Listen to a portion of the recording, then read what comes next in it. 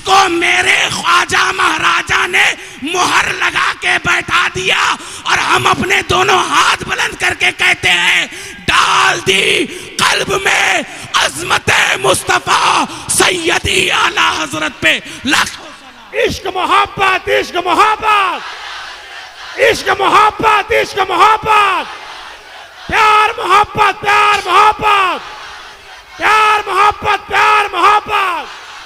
जिंदाबाद, जिंदाबाद, जिंदाबाद। जो आज मसलके रजा से चिढ़ते हैं उनको बता दो तुम्हारा बाप हसनैन आया है। हाय, हाय। आओ आओ, किताबें तुम भी रखो, किताबें हम भी रखते हैं, देखेंगे मदीनतुल इल्म के सच्चे मानने वाले तुम हो या हम हैं। कब तक भागोगे हमसे? कब तक बच्चों के मेरे अकायद और नजरियात खराब करोगे? सैयदना अबू बकर सिद्दीक के नाम पर, फारूक आजम के नाम पर, उस्मान गनी के नाम पर, हैदर कर्रार के नाम पर। बुग़्ज़ क्या है? आला हजरत से दूर हो जाएं। मैं ये कहता हूं, हमारे घर की माएं घुट्टी जो पिलाती हैं वो मसलके आला हजरत की पिलाती हैं। और मसलके आला हजरत वाले कॉम्प्रोमाइज नहीं करते अकीदों में, कॉम्प्रोमाइज नहीं करते कि जो हक है वो हक है, डंके की चोट पर हक है। कह दिया ना, सर कटवा सकते हैं लेकिन मौकिफ नहीं बदल सकते।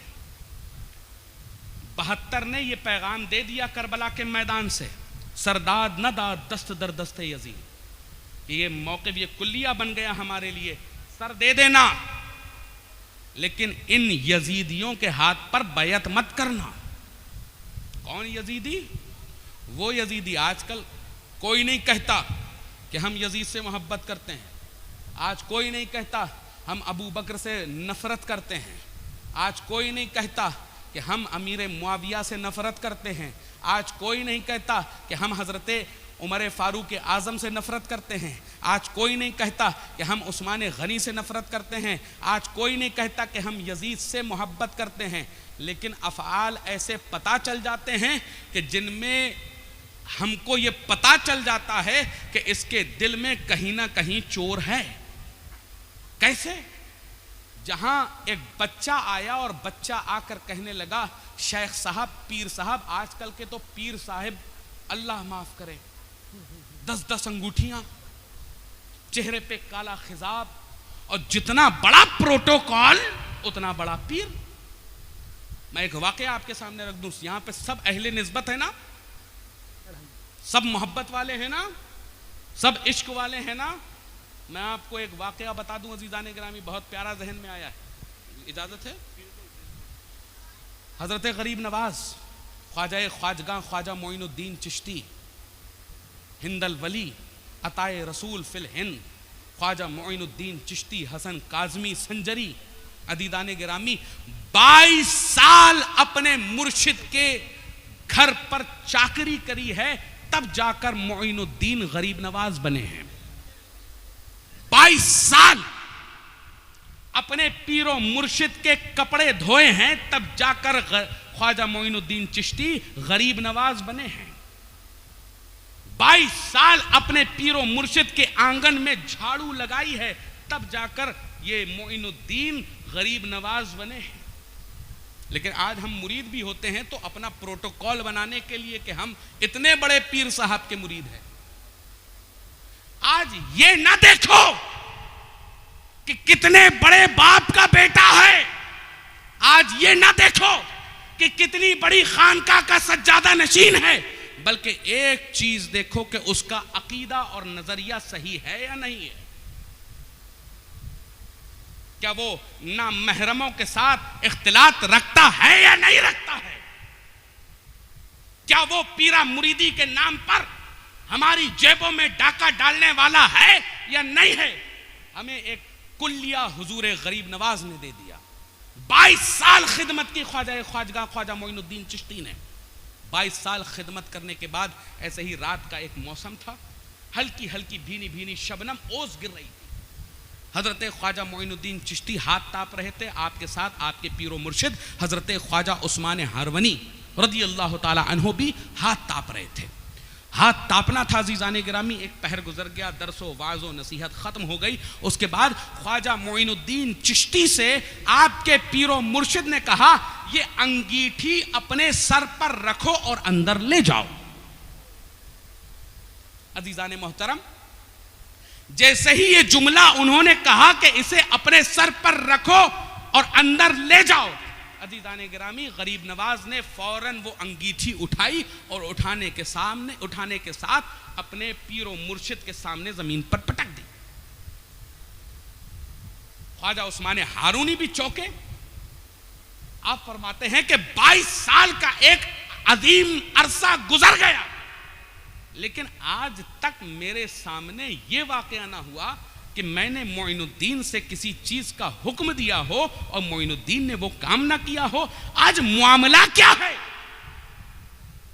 आज मामला क्या है कि मोइनुद्दीन को मैंने हुक्म दिया और मोइनुद्दीन ने मेरे सामने इस अंगीठी को उठा के पटक दिया। अजीज़ाने गिरामी, इतना सोचना था कि ख्वाजा उस्मान हारूनी ने ये कहा कि क्या बात है मोइनुद्दीन, ये हुक्म की नाफरमानी कैसे? तो आप हजरत ख्वाजा ख्वाजगा अपने मुर्शिद के कदमों पे पड़ जाते हैं और कहते हैं कि ऐ मेरे शेख, ऐ मेरे मुर्शिद करीम, ये गुस्ताखी नहीं है।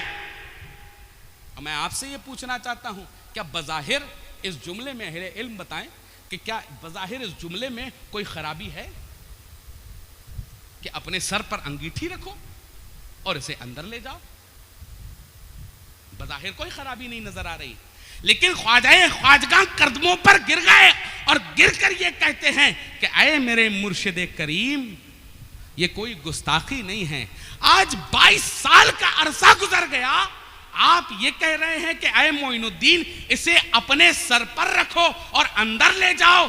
क्या 22 साल के अंदर ये मोइनुद्दीन आपका ना हुआ?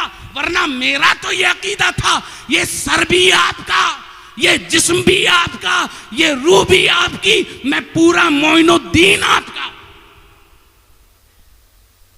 तो आप ये कह रहे हैं अपने सर पर रखो? वरना हम लोगों ने तो अकीदा ये समझा है, तू मन शुदी मन तू शुदम, तू मैं हो जाऊं। इश्क की मंजिल तो ये है कि तू मैं हो जाए और मैं तू हो जाऊं। और इसकी सबसे जीती जागती अगर मिसाल देखना है तो हुजूर आला हजरत को देखो। जब आप अपने मुर्शिद बरहक के पास गए बैत होने के लिए, तो जब बाहर निकलते हैं तो कोई पहचान नहीं पा रहा है कि इसमें मुरीद कौन है और पीर कौन है। वही कदकाठी, वही जिस्म, वही चेहरा। जब बाहर निकले हैं तो एक हो गए, लेकिन क्या हम अपने मुर्शिदाने करीम की वो मार्फत अदा कर पा रहे हैं? हरगिज नहीं। अगर हमने अकीदा ये पा लिया अपने मुर्शिद के घराने से कि अबू बकर पहला है, लेकिन फिर भी उनके साथ बैठना हो रहा है कि जो लोग ये कह रहे हैं अबू बकर को पहला ना कहो बल्कि कहो दमादम मस्त कलंदर अली का पहला नंबर। लेकिन बरेलवी हैं, आदत से तो बाज नहीं आएंगे, उनकी छाती पर चढ़कर बोलेंगे दमादम मस्त कलंदर अली का पहला नंबर नहीं बल्कि दमादम मस्त कलंदर अबू बकर का पहला नंबर, अबू बकर का पहला नंबर। यही होना चाहिए अकीदा। अगर मुर्शिद की बारगाह से जो अकीदा मिल गया, उसी अकीदे को लेकर अब अवाम के दरमियान चले जाओ और बताओ कि खलीफाए बिला फसल एक जात है, उस जात का नाम अबू बकर है, जो बाद अज़ अंबिया सबसे अफजल है। अबू बकर वो है कि जिसके हाथों पर उमर जैसे ने बैअत की। अबू बकर वो है जिसके हाथों पर उस्मान जैसे ने बैअत की। अबू बकर वो है कि जिसके हाथों पर अली जैसे ने बैअत की। अब अज़ीज़ाने गिरामी, आप समझिए कि उस अबू बकर की अजमत का आलम क्या होगा। आज लोगों को बहुत ज़्यादा तकलीफ किस चीज़ से है? लोगों को तकलीफ ये है कि ये मसलके आला हजरत वाले कॉम्प्रोमाइज़ क्यों नहीं करते, दब के बैठ क्यों नहीं जाते। और अज़ीज़ाने गिरामी, इन लोगों को सबसे बड़ी टेंशन ये होती है, एक तोड़ लेंगे तो दूसरा सोचेंगे, दूसरा ये सोचेंगे कि अब दूसरा कौन आएगा। मुझसे एक साहब ने कहा कि ये लोग मसलके आला हजरत बरेलवियों को चुन चुन कर परेशान कर रहे हैं, चुन चुन कर खामोश करा रहे हैं, चुन चुन कर उनके खिलाफ न जाने क्या क्या चीज़ें कर रहे हैं। मैंने कहा मामला क्या है? कहा जैसे ही ये देखो कि ये आपके खिलाफ साजिश करते हैं, आप लोगों में से फिर से एक खड़ा हो जाता है।